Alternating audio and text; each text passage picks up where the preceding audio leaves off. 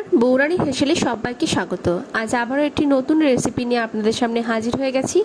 আজ আমি বানিয়ে দেখাবো নারকেলের বড়া। চলুন দেখে নেওয়া যাক আমি কি পদ্ধতিতে এটাকে বানাচ্ছি। প্রথমে আমার লাগছে এখানে নারকেল আমি কুড়িয়ে নিয়েছি, প্রায় 50 গ্রাম মতো নারকেল আমি এখানে ব্যবহার করছি।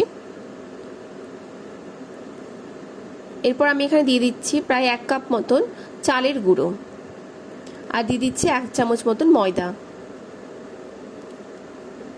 আর একই সাথে দিয়ে দিচ্ছি হলুদ, 1/2 চামচ মতো হলুদ, লবণ দিয়ে দিচ্ছি পরিমাণ মতো, আর দিচ্ছি চিনিটা আমি 1 চামচই দিলাম যেহেতু নারকেল একটু মিষ্টি হয়। আর দিয়ে দিচ্ছি একই সাথে আমি এখানে লঙ্কা কুচি করে রেখেছি সেটাকেও দিয়ে দিলাম। এবার এই সমস্ত কিছুকে আমি খুব ভালোভাবে হাতের সাহায্যে মাখবো। আর এখানে কিন্তু কোনো রকম কোনো জল অ্যাড করব না। এই নারকেলের মধ্যে যেটুকু জল থাকে বা বাকি যেটুকু আমি হাতের সাহায্যে চেপে চেপে ভালো করে মেখে নেব। দেখুন খুব সুন্দরভাবে হাতের সাহায্যে মেখে নিয়েছি। এবার একে একে আমি এগুলোকে ছোট ছোট মন্ড করে বড়ার আকারে তৈরি করে নেব।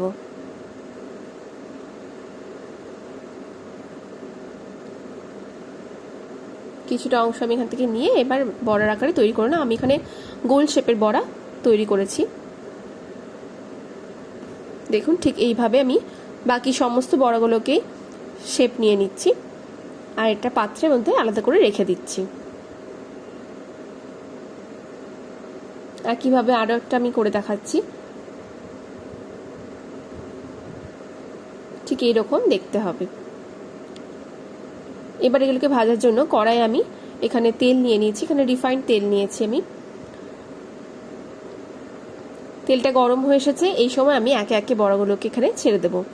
আর অবশ্যই মনে রাখবেন এই সময় কিন্তু লো হিটে রাখবেন, কারণ যদি হাই হিটে রাখেন তাহলে কিন্তু বড়াগুলো ছেড়ে যাবে। এবার একে একে আমি বড়াগুলোকে দিয়ে দিয়েছি, আর লো হিটে এটাকে আমি বেশ কিছুক্ষণ ধরে ভেজে নেব যতক্ষণ না একটা পিঠ লালচে রং হয়ে আসছে। দেখুন খুব সুন্দর লাল রং হয়ে এসেছে। এবার আমি এগুলোকে একে একে উল্টে দিচ্ছি।